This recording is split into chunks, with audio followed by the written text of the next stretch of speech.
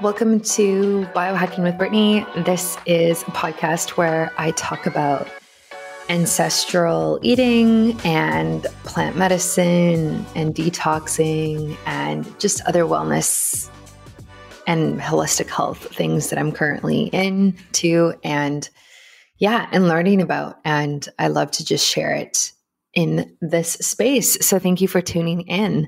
This week, I have an episode for you with Dr. Russell Jaffe. And it was really interesting talking to him. We dove into a lot of different topics, a lot about very specific things. We talked about raw milk, of course, but we also talked about different cleanses that you can do, like a vitamin C cleanse. And we also talked about functional age and blood sugar and HbA1c and a whole lot of things. He recently put out a book and I kind of went through that and picked out different things that I just wanted to know more about. And he is such a wealth of knowledge in this space. And I really learned a lot from this episode. So definitely I will put everything in the show notes for you, but keep a pen and paper near you because there's probably things that you're going to want to write down from this one. I definitely did. And I am looking into some of the things that he talked about and some of the things that he mentioned. So yeah, it's very, very informative. And I want to do a quick shout out to some of the reviews I've gotten lately. There's been a bunch, and I got one that actually made me laugh out loud, mostly because of the title. And the title is "My Bio Has Been Hacked," which I thought was hilarious. 5 stars. And this person says, "Wonderful show, and I've learned so much." And then there's a little fox emoji, which is funny. And this is by Iowa David from the US via Apple Podcasts. So thank you so much for that funny review. I just love the title.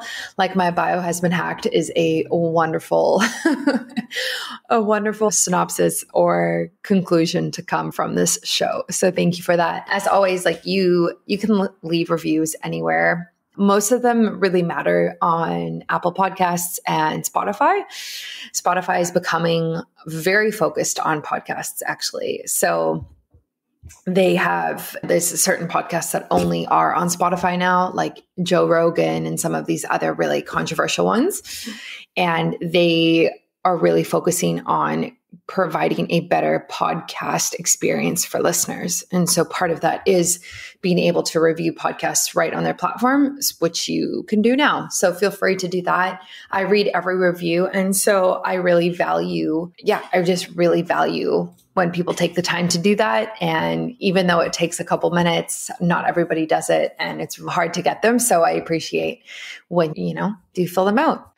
And a shout out to the sponsors of this week, mostly is Silver Biotics and Inside Tracker.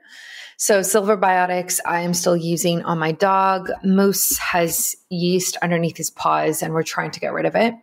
Silver basically breaks down and kills bad bacteria, bad fungus, bad growth, essentially any like microbes that come in contact with it. And that includes yeast. And Moose has yeast under his paws.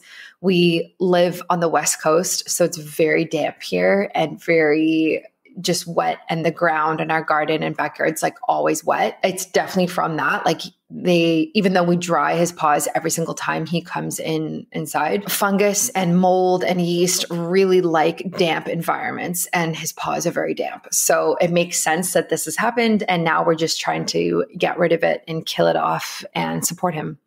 And then also a quick shout out to Inside Tracker. I am getting my new test done soon, and I really value their insights. A lot of the biological age stuff is really interesting, and as well as, like I talked about on Instagram this week, reducing my HbA1c levels and kind of keeping my blood sugar in a healthier space than it's been. I don't have a CGM, a continuous glucose monitor right now. I will likely have one probably within the next year, especially with levels coming out and hopefully shipping internationally soon. And I'm basically waiting for them to do that. And then I'll reach out to them and I'll get one. But in the meantime, testing through Inside Tracker and having my HbA1c level tested, which is your blood sugar over the last 90 days, it really just kind of shows you where you're at. And it's a good snapshot. So I kind of do this every quarter and I keep on top of it in that way. And in this podcast episode, actually, we talk about this. We talk about getting tested, not leaving it up to you guessing, and kind of you're going through the day in and day out and you're having these blood sugar irregularities and you're crashing, and then you're hyper and then you're crashing. And then you do a check-in with your doctor at one point and you're pre-diabetic or you're diabetic. And so it's kind of like taking that lens and that step of being preventative and being proactive so that it doesn't lead to that. A lot of us blood sugar isn't as great as it should be. And I really, really encourage people to look further into this. It's very easy to eat crappy food, processed food, junk food, things that come in boxes, basically. And it's really easy to overeat and also drink a lot of alcohol and kind of make these decisions that might feel good in the moment, but definitely do add up and really can wreak havoc on our blood sugar levels. And the thing is, like, with just this note on blood sugar and insulin and HbA1c, it doesn't end there, right? If you get these tests done and your levels aren't great, that's not the last thing in the cascade of health problems that are going to come from this. And this might sound like doom and gloom type of idea, but it's just reality of when your insulin levels and your blood sugar levels are off, it impacts all of your other hormones. So it impacts your sex hormones. And for women, it impacts how our menstrual cycle shows up. Most women who have things like PCOS also have insulin resistance or also dealing with poor blood sugar level management. And so there is a cascade of effects, and that's why it's so important, right? Like, it's not just about preventing diabetes or anything like that. It's also preventing hormonal issues entirely. And that leads into fertility issues and other things that can come down the line, like endometriosis and even further things, right? Like when we look at menopause and premenopausal and how we as women go through that as well. So it all relates. And so that's why I really, really advocate for preventative health measures and being proactive. And that's kind of my approach and where I've stood for a long time and probably will always talk about. But I know it's hard for people because it's access to these tests. It's the financial component as well. And so it's hard to kind of justify making these decisions when you might not be having any symptoms. But I would counter that to say that if you don't get tested and you don't get checked and looked at yearly or more than that, you will pay the price more in the future when you have to pay for more doctor's visits or more medicine or more all sorts of things. And so it kind of all evens out. So what I would say is be proactive and be preventative about it. Enjoy this episode. There are a lot of golden nuggets like I talked about, and I will catch you next week for another one. If you're not following me on social media, please do so at Biohacking Brittany. I'm on TikTok at Biohacking, and I'm on, obviously I have a website, biohackingbrittany.com. I guess I'll just plug this quickly. I actually launched a new free guide, and I haven't talked about it yet. So this is the first time I'm talking about it. It is called 6 Benefits of Raw Milk and How to Find It. Now, every time I talk about raw milk, my messages blow up and I actually can't keep up with the messages. I kid you not. And so I put all of the information into one place, and there's 5 different ways for you to find it. And there's 6 different benefits, and you can download this right on my website, and it's free. So go for it. It's right there for you. It's waiting. I will be promoting it on socials very soon. And it kind of just helps break down the science behind raw milk as well, and my thoughts on it and how I've been able to find it, even though it's illegal in Canada, which is absurd. So am I helping you find an illegal substance? Yes, that is what I'm doing, and that is fine.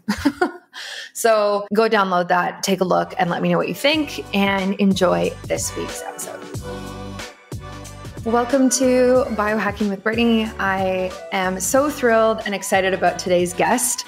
We have Dr. Russell Jaffe on the show. And like I was just saying to him right before this, he wrote this unbelievable book that is all about holistic living and basically biohacking and how to be healthy in today's world. And we're going to dive into that. I'm kind of getting ahead of myself, but he is a physician and a scientist, a leader in the functional medicine space, and he focuses on a East meets West approach, which I love. So welcome to the show. Thanks for having me. Amazing. So how did you get started on your journey of combining Eastern and Western principles and values? Well, I was a physician trained in Boston in internal medicine and biochemistry. I was on the staff at the National Institutes of Health, the NIH, and I heard that an acupuncturist on MacArthur Boulevard in Washington, D.C. could get results that we could not get. His name was Kwing Nguyen Wu. He is the basis for the song Dr. Wu, if you go that far back in rock and roll history. And I did a 7-year apprenticeship with Kwing. I did 5 years in Ayurvedic medicine and yoga with Ramamurti Mishra, who was a physician extraordinaire and wrote the textbook on commentaries on Patanjali Sutra and textbook of yoga psychology. And then I had 30 years with a Cambodian Buddhist monk named Bhante Dharma Wara. And he was quite extraordinary. He taught me a non-invasive color healing system that I teach to people to this day. And it did take me 50 years to write the book, but it took me a long time to have something to say. I love that. And I love that you actually didn't rush it. I think that's actually, I really respect that. There were a number of times when I thought I had an idea for a book, and then Dean Ornish would do that book, or Andy Weil would do that book, or Mark Hyman would do that book, or one of my colleagues would do it quite well, and I didn't think I could do it better. So I'm actually very lazy, but we will do 2 books a year through the Health Studies Collegium Press for the indefinite future. One book will be for consumers on how to survive the 21st century, and one book will be more technical for health coaches through physicians to understand physiology more than pathology. And I'm a doubly board certified pathologist. I love pathology. But when you look through the lens of pathology, you see illness. When you look through the lens of physiology, you see hope. Oh, I love that. I just love that. Oh my gosh. I thought it was interesting in your book. So the book for everyone listening is called Thriving in the 21st Century. And I thought it was interesting in the book, in the beginning, you have this section called Skeptic to Advocate. And I think I've heard this narrative a lot from people of being skeptical of certain healing modalities. And then somehow they kind of start doing it and they realize the power of it. And then they just advocate it to everybody. So why do you think like that is so common for people to go through that journey just like you did? Well, I'm fairly typical. I was trained in mechanistic reductionistic medicine, the so-called Descartesian mistake, if you will. I did not have room in my life for more than pathology and pharmacology and accepted symptom reactive care. Then I picked my head up because I was fortunate enough to be on the senior staff of the NIH before the age of 30. I picked my eyes up, my head up, and I realized that if you went upstream to look at the causes of problems, you could prevent a lot of problems.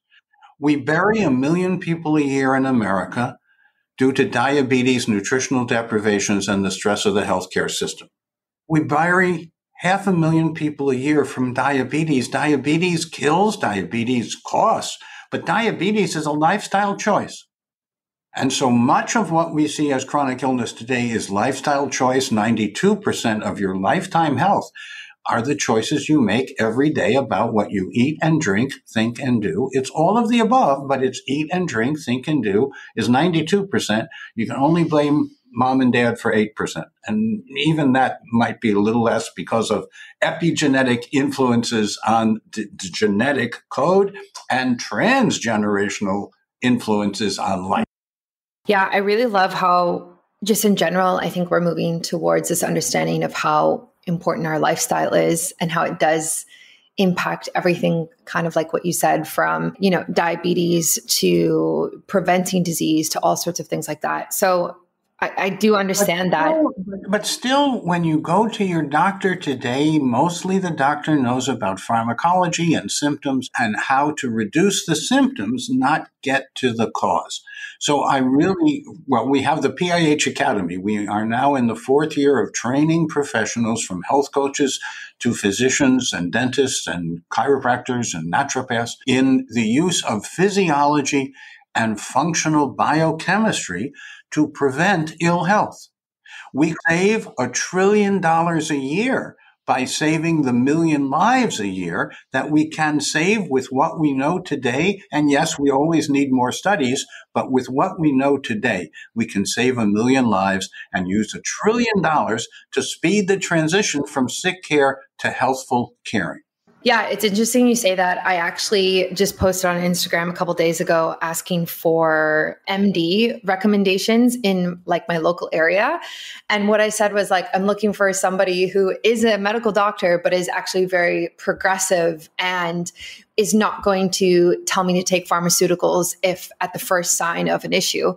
And I'm curious, you just talked about the PIH. Like, would you recommend for anyone who's in a boat like me, who's looking for a doctor, to go through that and try and find somebody with that certification? Well, yes. First of all, we maintain a clearinghouse of physicians who have been trained in what we do nationally. So you can call 800-553-5472. You can call 800-525-7372. You can reach me at drrusselljaffe.com. That's a website, drrusselljaffe.com. And that website will offer you a number of free downloads, including the food effects on body chemistry chart, including 4 self-assessments that you can start with to determine how healthy you are. And then you might want to move on to the 8 tests of epigenetics, 8 tests of lifestyle. These 8 tests, if they're interpreted to best outcome goal value, not some statistical range, but best outcome goal value, can be the basis for a lifestyle program that we include in the interpretation of the predictive biomarker tests. Yeah, you definitely mentioned a bunch of those things in your book. And as I said, like I was reading through it this morning, I know you kind of touched upon this briefly before, but the main inspiration behind your book, was it just to provide something to the main public that was like, hey, look, this is what you need to be doing every day in order to prevent future issues? Or was there anything else that was kind of driving you to do it? Yeah, the honest answer is, I live in Vienna, Virginia, on a permaculture biodynamic food forest where I watch the squirrels and the raccoons and the fox and the deer and the chipmunks cavort about. Now, I wanted to reach millions of people, but I didn't want to leave the paradise that I live in. So I do a lot by Zoom and podcast. I do a lot by Teams and other media, social media, and others. And I am finding that it's not as good as being there, but it's almost as good as being there. And then, because travel has become a burden rather than a pleasure, I now do road trips. If it's east of the Mississippi, I can get there by car. So I don't have the stress. Well, I have a person named Daniel, who's my chief of staff, who does the driving for me because I should be doing creative things, not driving. So I'm very fortunate. But I wanted to get the message out that your life depends on what you eat and drink, think, and do, that in 72 minutes a day, you can renew and restore yourself, that if you have autoimmune problems or cardiovascular problems or cancer problems or chronic illness problems or problems with your joints or bones, there are things that we know today that can reverse, not just stop or slow the loss, But we know that there are ways of reversing all of those catastrophes, all of those maladies. And yes, you want an integrative practitioner. You want a holistic practitioner. You want someone who is knowledgeable about TCM and Chinese medicine as well as American medicine. When I started in this field, there were very few MDs, but today there's an American Acupuncture Medical Association with hundreds of members, mostly trained through UCLA, a program started by a friend of mine. And I think now is the time for us to recognize that the 21st century is dramatically different than the 20th or the 19th. It's more stressful, it's got more toxins, and therefore we have to up our game of the antioxidant, the vitamins, the minerals, the cofactors that get eaten up, get used up by the pro-oxidative harm. Today, there are forever molecules. There are solvent residues. There are toxic minerals. There are mold products. There are radioisotopes, all of which we have to counteract with what we eat and drink, think, and do. Yeah. I mean, so I'm in Canada and I'm just outside of Vancouver, and I'm definitely going to look into some of these recommendations that you've had for practitioners, because exactly like you said, I think it's really important to have somebody who has a holistic and integrative view. And I know a lot of people are looking for this. And honestly, there's quite a few people in the States who do it, but I'm not sure about Canada. So, well, Canada, you have a national health system. In the Vancouver area, you're very fortunate to be in the Vancouver area. But you should look up Eckhart Tolle, Tolle, and the Power of Now.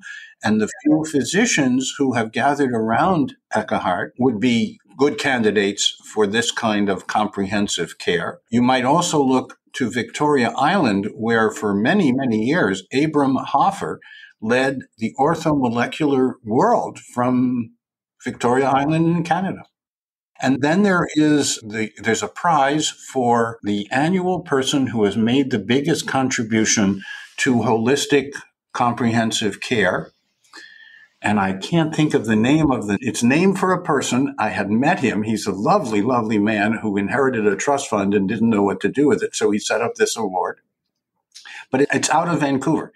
So there are practitioners that are integrative, holistic, comprehensive in the Vancouver area. And you might look for an orthomolecular practitioner. You might look for a member of the Canadian Holistic Medical Association, someone like that. Amazing. Thank you so much for that. And I will definitely link to some of that in the show notes for everybody. Oh, and the 800 numbers that I gave work in Canada.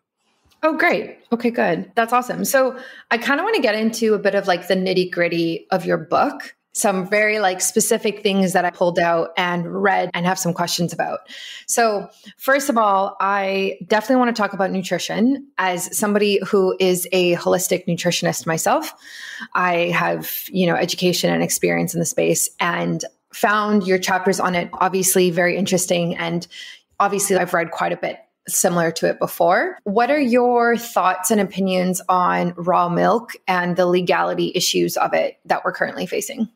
Well, if we start with raw milk, that's a very complicated subject. And in just a few seconds, let me try to do it justice. If the animal is entirely grass-fed, if the animal never, ever eats grains, if the milk that comes out is assayed, is tested to make sure that there are no pesticides, biocides, you'd be surprised even a grass-fed, organically fed animal can still have harmful chemicals in their milk.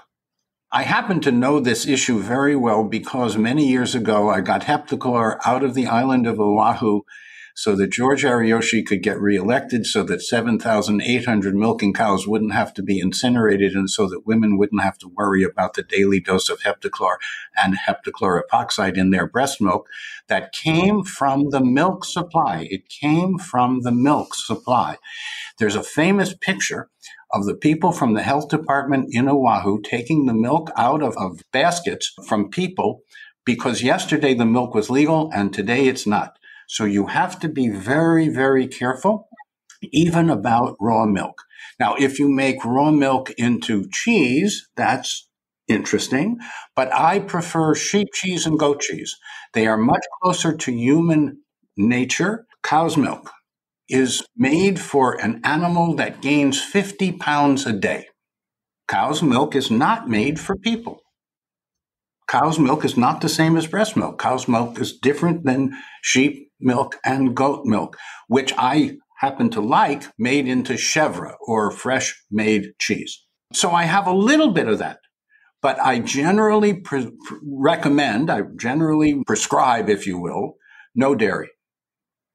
Because there are too many ways of getting contaminants in, and there's too little benefit from including it in the diet. So this is an example of where I would differ from most. Most people would say that raw milk is a good thing. Raw milk is definitely better than commercial milk, but I mean, it's a human food. Yeah, I mean, it's interesting. I drink raw goat milk, and it took me a long time to find a supplier. And I know I've spoken to the farmer over the phone, like asking, what does it eat? You know, what do the goats eat? All of these types of things. And I find it actually is okay as somebody who sometimes can be lactose intolerant. And I've had my genes tested, so I know that's a thing for me. I am fine with it, but it is very nutrient dense, but it's also very calorie dense, like you said. No. It should be a condiment in your diet, not a staple in your diet. For exactly that reason, there are too many concentrated calories. Now, they may be yummy, but they're still calories. Yes, exactly. So that's why, like, when you read a lot of blogs about it or you hear people talk about it, it's really great for weight gain. Like, if you are a bodybuilder or you're trying to put on weight, like, go for it. But in large consumption every day, probably not your friend. But more to that point, if you're building up your body intensively, you should stretch intensively. And more importantly, you should be concerned about the difference between hypertrophy and hyperplasia. Hypertrophy means your muscle cells get big, and as soon as you stop exercising, they get boggy and flabby. You don't want that, but that's what you get when you take too much protein and too much fat and too much salt and too much sugar. What you do want is hyperplasia. You want to make more new, healthy, strong muscle cells. And we have a book coming out on healthy bones, healthy joints, and healthy muscles for life. Great. Please send that to me when it comes out. Yeah, I think you're totally right. And I think in general, my thoughts are raw milk is better than pasteurized milk and what we're buying. I also think homemade nut milk is way better than the nut milk that we're also seeing in stores right now that have exactly right. 10, 15 ingredients. Mm-hmm. I'm so glad that you pointed that out. You can make healthy nut milk at home very inexpensively, very easily, and it's yummy. It really is yummy. And the commercial so-called plant-based milks are often not so okay.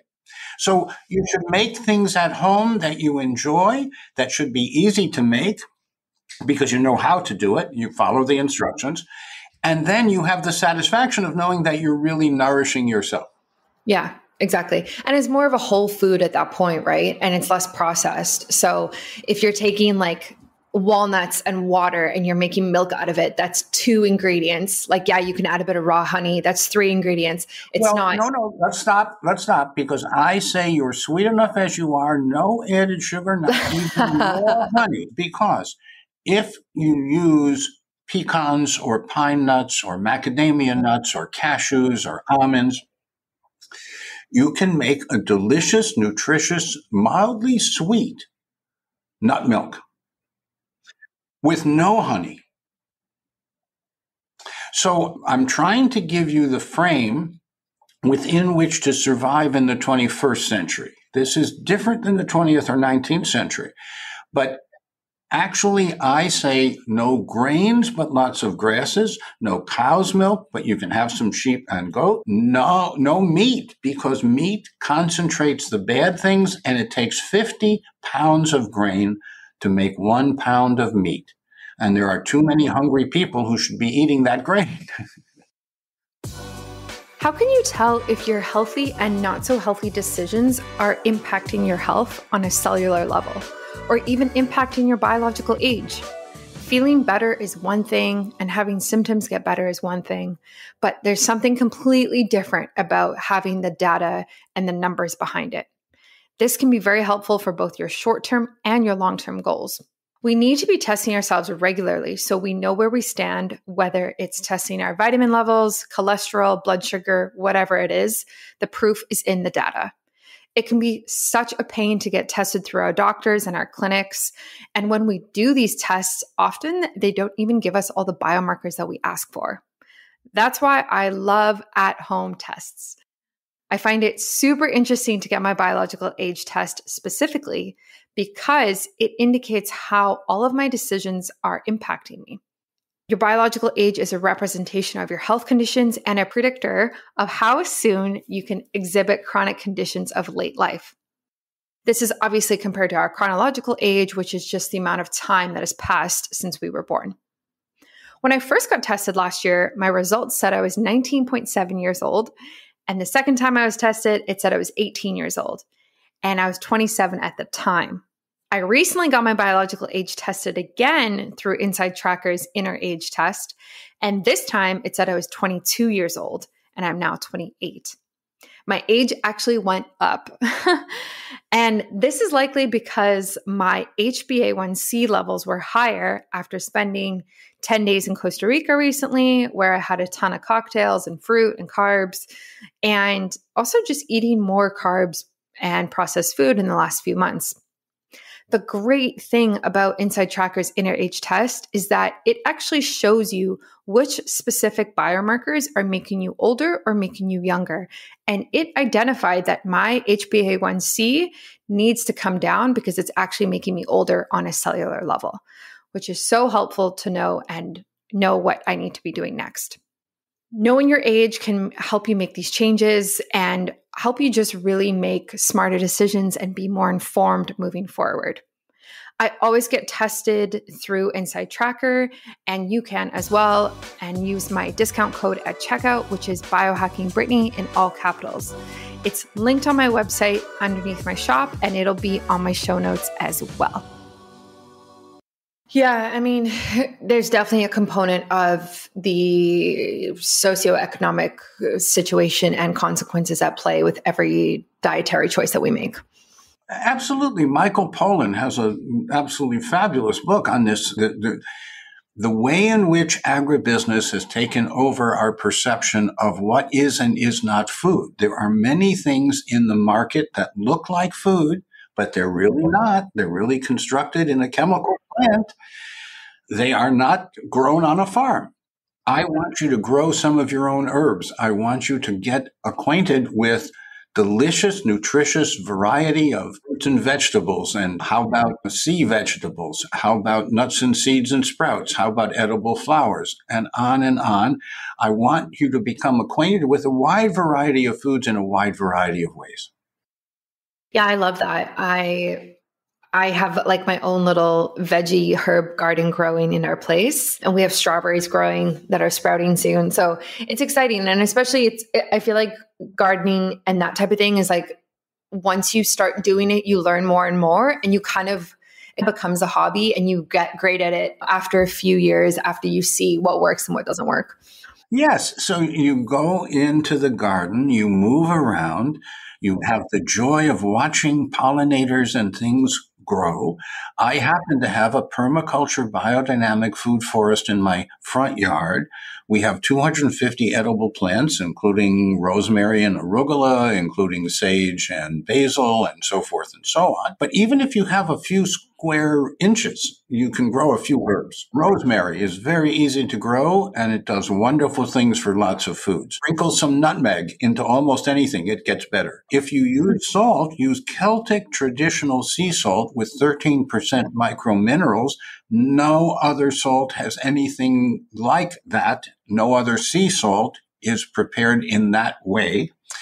I don't get I don't get a commission from them, but I'm a big fan of Celtic traditional sea salt. Yeah, that's actually the sea salt that I always use. So I'm glad you recommend that as well. I found it interesting when I was going through your section on water and what type of water we should be drinking and being exposed to. And this is really tough. Like, as somebody who lives in an apartment, like, obviously I can't buy a full watering filtration system right now, but I've slowly been, filtering my showers, bathtubs, and obviously filter the water that we drink. But I'm curious, like, in terms of spring water, and I know there's like that spring water map, like it's called like spring water hunting, they call it now. But if someone is in a pinch and they're like, okay, I'm going to buy spring water from the grocery store, what are your favorite brands to recommend? Well, what I recommend is that you get a subscription from a water delivery company that delivers a 5-gallon carboy. It's a big thing. It's about 5 gallons, but it's easy to tip the amount you want out of it, and you don't have to worry about filtering it. Because, yes, you should have a carbon block on your shower. Yes, you can try to filter your water, but you probably will never be able to get tap water to be drinkable according to my standards, my personal standards of drinking water. Now, I happen to live in 2 homes, but we have a well in both homes.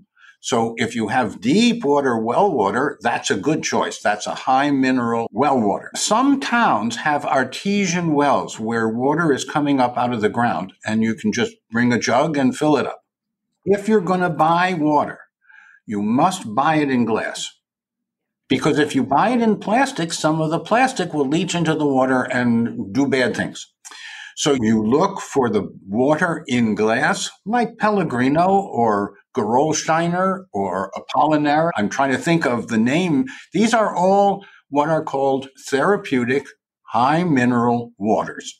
In fact, every one of those places where they get the water from used to be a healing center. People used to come to take the waters, and now they sell the waters. Yeah, I saw going through your book about the spring water delivery system or like delivery companies. Yes.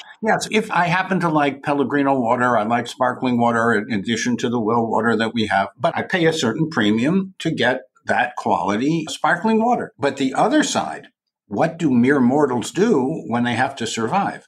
Well, if you have to deal with tap water in any way, you should increase your vitamin C and polyphenolics. You should increase your magnesium and choline citrate. You should increase your vitamin D intake. Yes. Yeah. And I definitely want to get into vitamin C in a second, but do you know, and this is just me asking for my Canadian listeners, do you know of any Canadian brands that do deliver spring water? Because when I looked at the ones that you recommended, they were only in the US. And then the ones that I've seen in Canada deliver in plastic. So I'm not sure if there's a better brand that does it in glass.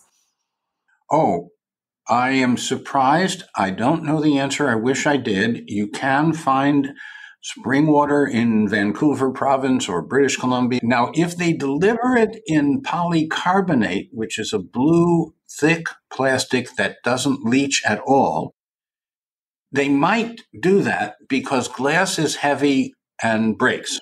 And there is an intermediate.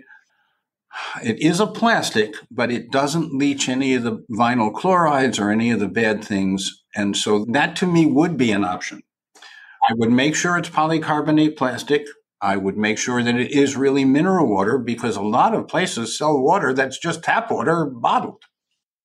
Yeah, I've read a lot about that, which is such a crazy scam. That's wild that people can do that. Yeah, unfortunately. But with your podcast and getting the word out about what's true and what's not, then the consumer is informed. Right, exactly. So jumping into vitamin C, kind of like what you talked about, or when you mentioned it, I thought it was so interesting when you described the vitamin C cleanse. I have never heard of this. As somebody who does enemas and does like weird biohacking things, like I haven't heard of this. So can you describe it for everyone who is listening? Sure. If you want to know how much vitamin C your body needs, you need to take a certain amount of vitamin C every 15 minutes until you have what's called a cleanse or a flush. which is so distinctive that once you've had it, you will know what I'm talking about. It's like an enema from within. It's not just loose stool. It's not just bowel tolerance. This is the next generation because today you might need a lot of vitamin C, but you might not. And the way to find out is by using the C cleanse. If you're a healthy person, you take a half a teaspoon, which is 1.5 grams every 15 minutes, and you'll flush or cleanse within 2 hours. If you're moderately ill, you take a teaspoon. And if you're chronically ill, you take 2 teaspoons every 15 minutes. 2 teaspoons is 6 grams. 6 grams times 4 is 24 grams in an hour, 48 grams in 2 hours. Most people will cleanse within that time. So the idea is to do once a week a determination of how much ascorbate you need using nature's vitamin C. And then you take daily between half and 3/4 of that amount spread throughout the day. And that meets your vitamin C needs given the toxins that we're exposed to. Okay. So can you use sodium ascorbate for that? No. No. We recommend using calcium, magnesium, potassium, and zinc so that whether you need 1, 10, or 100 grams of vitamin C, you still get balanced minerals. The reason you shouldn't use sodium ascorbate is because it has sodium in it.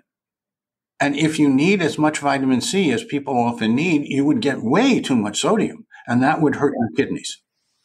Right. Okay.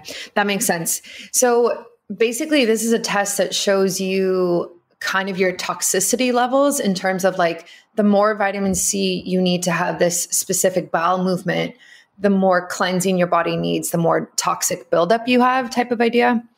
That's exactly what it says. You can now determine for each individual how much ascorbate they need based on how much toxin they're getting exposed to. It is very hard, if not impossible, to actually quantify and measure the toxin exposures. We know the categories, but it's very hard to measure the individual items. But the C cleanse not only tells you how much toxin burden you have that you have to detoxify, it tells you how much ascorbate you need to rebuild your bones and joints and muscles, how much vitamin C you need for digestion, metabolism, and neurochemical function. Vitamin C is as important, according to Albert Szent-Györgyi, vitamin C is as important as light and oxygen in biology. Okay, so say you do this cleanse and you get the bowel movement at 2 teaspoons, which is 6 grams, which you would do over 2 hours or 1 hour for that? Well, yes, if you're healthy, you take a half a teaspoon, which is 1.5 grams. That would be 6 grams. If you're moderately, you take a whole teaspoon. And if you're chronically ill, you take 2 teaspoons because it's going to take a lot. Yeah. And so once you kind of establish, okay, I need this much, do you so now you're like, okay, this is how much vitamin C that I need. So how much of that do you take every day without doing the cleanse and without getting those bowel movements? Right. You only need to do the cleanse once a week. You do need to do the cleanse once a week to determine how much vitamin C you need for the next week. You need 50 to 75%, half to 3/4 of the amount that causes the cleanse spread through the day. So if you need a bunch of vitamin C, you might get up in the morning, take a jogger's bottle, put the amount of vitamin C in that you need to sip on throughout the day, fill it with water, and sip on it throughout the day. Yeah. Okay. That makes sense. And I know you go into detail about this a lot in your book, which I appreciate. And I'm going to order some of this and do it because I'm just so curious to see what my levels are at and how this feels and how it changes my body. And I'm just very curious about it. Please do. And let's come back and talk about your experience. Yeah, absolutely. So I noticed you talk about functional age in one part of your book. So how do you define functional age versus biological age versus chronological age? Yes. Your chronological age is more or less your biological age. That's on your birth certificate. That is marked at your birth, and you are so many years old. What is much more important is your functional age.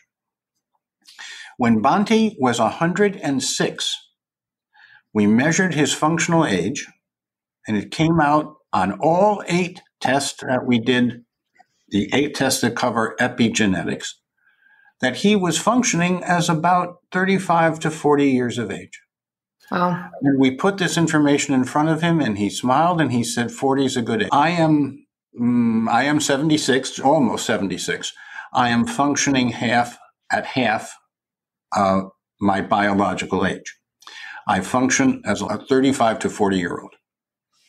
And so it's through these specific 8 tests that you figured that out. Yes, these 8 tests, amazingly, because we screened 100,000 different lab tests to come up with the 8 tests that cover all of epigenetics.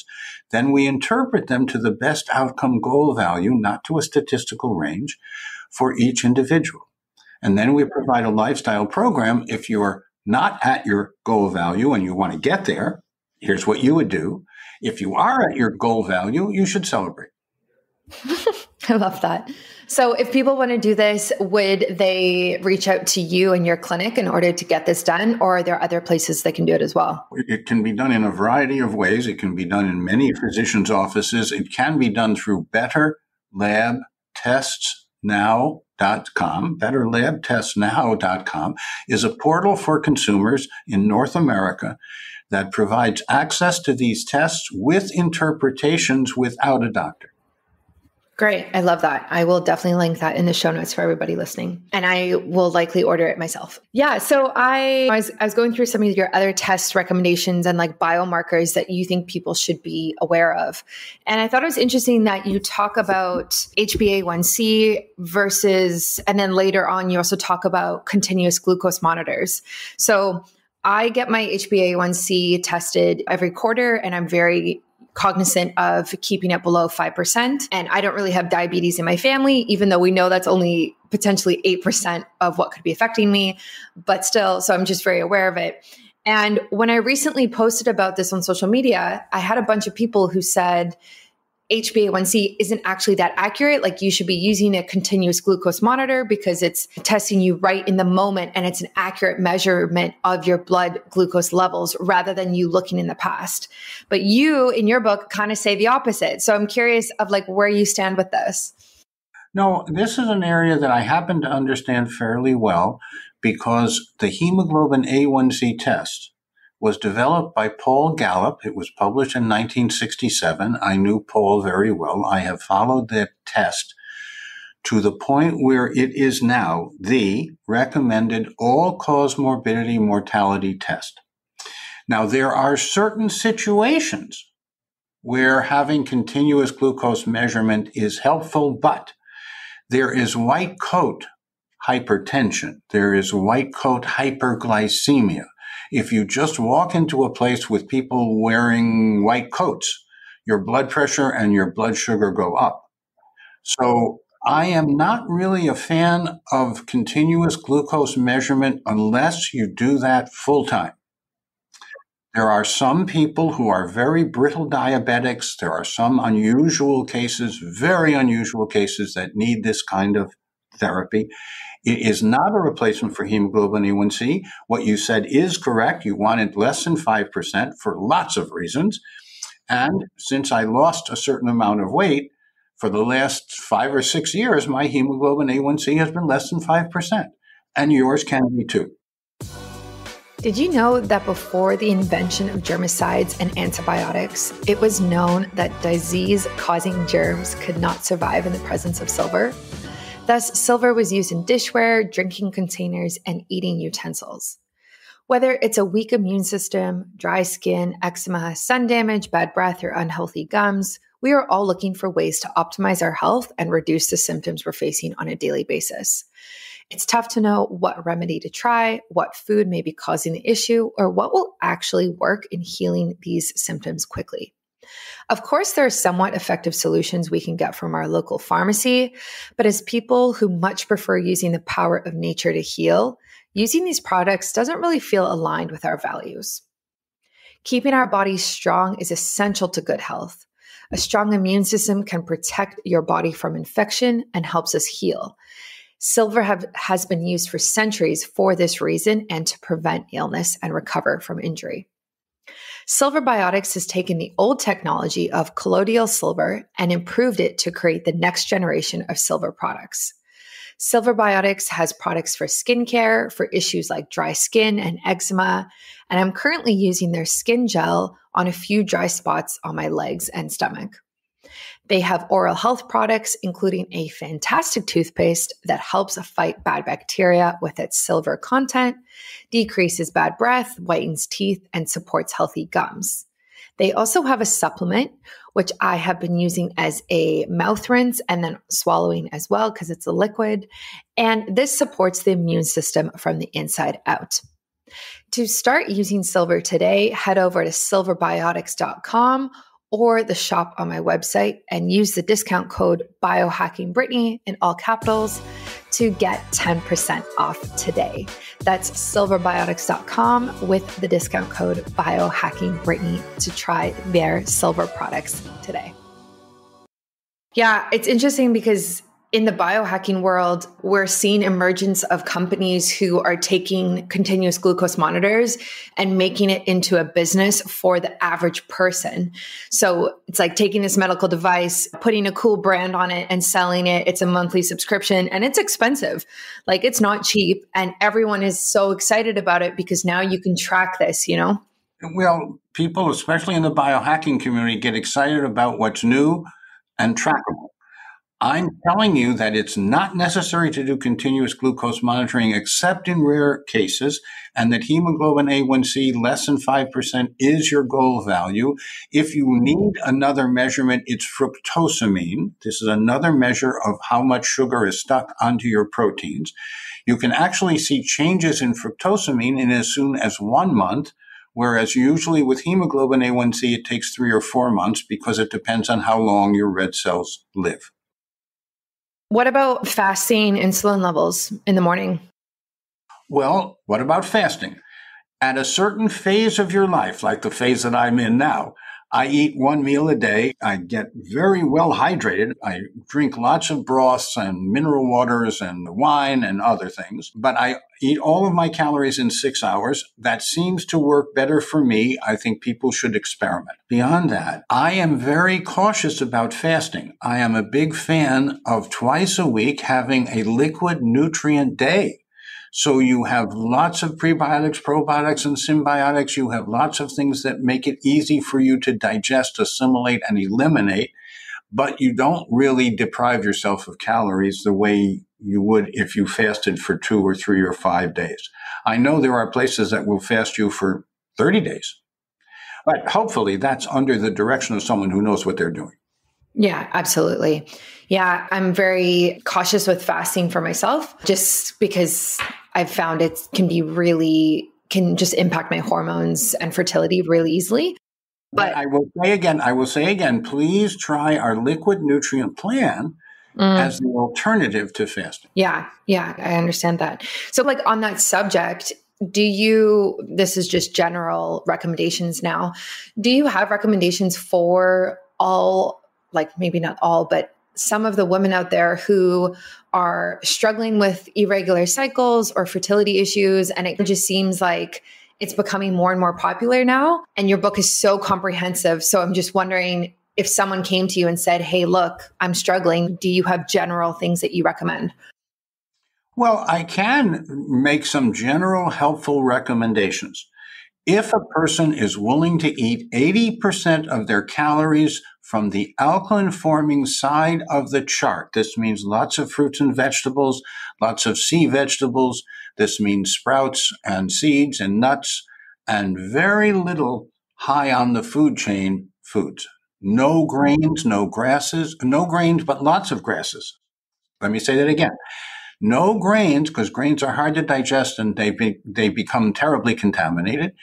But you want lots of grasses. You want buckwheat, and you want wild rice, and you want quinoa, and you want other grasses which are easy, millet, which is easy to digest, assimilate, and eliminate. It's easy on your digestion. Turns out your digestion is in intimate communication with your metabolome, your metabolism. This means that what goes on in your gut influences your mood, your hormones, your neurochemicals, how you feel and function. Then we move on to getting restorative sleep. Most of the people that have these problems don't get restorative sleep. If you follow our advice, you will get restorative sleep, but you would see a 30-minute preparation to move from the day to the night. Night is not just dark. Night is a different time when our rhythms, biorhythms, are different. So we recommend taking 30 minutes to prepare for restorative sleep, then stretching in bed or not, and getting restorative sleep, which helps with everything, especially your mood, your hormones, and your neurochemicals. Yeah, I agree. And when I give recommendations, they're very similar. It's all about lifestyle. Of course, nutrition is super important as well, but if you're not sleeping well and you're constantly stressed and you're not moving your body, those are such fundamental things to promote healthy hormones and healthy fertility. And so just getting those down is really hard for a lot of people. So low-hanging fruit for sure. Amen. And now vitamin D we should talk about in this context because it's really a neurohormone. We call it a vitamin, but it's really a neurohormone. And it's very hard for vitamin D to be absorbed from your intestines, so you should take drops under the tongue to bring your vitamin D level to 50 to 80, in the range of 50 to 80. The average person in Canada is probably less than 20. This increases your risk of cancer and heart disease and autoimmunity and all sorts of other things. You want your vitamin D to be 50 to 80. Some people say a little bit higher than that. I am both aggressive and cautious at the same time. I want you to have all of what you need to survive and thrive in the 21st century. I don't think that more is necessarily better. Yeah, I also get my vitamin D levels checked every quarter. And I do take a sublingual vitamin D3 K2 supplement. And vitamin D3 as a supplement is so easy to find now, which is great because a lot of us, like you said, should be taking it.